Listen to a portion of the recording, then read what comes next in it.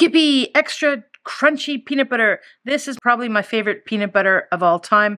It is sweetened. It probably isn't the most healthy, but it's the most well-known, and it's easy to find, and it's very affordable, especially when you buy them in this size container. Skippy does come in this massive vat industrial size, but I don't think that's the best idea if you want your products to last a long time. I eat peanut butter almost every day because I put a little bit in my smoothie or in my overnight oats.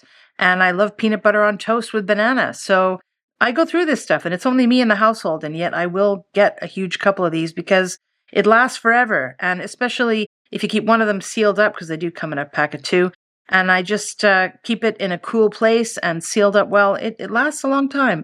And I recommend this size very much because it's just much more value. If I were to buy the smaller ones in Japan at my local grocers, they'd probably cost the same as this big one anyway. So super value, recommend, and this is the most yummy, in my opinion, super chunk.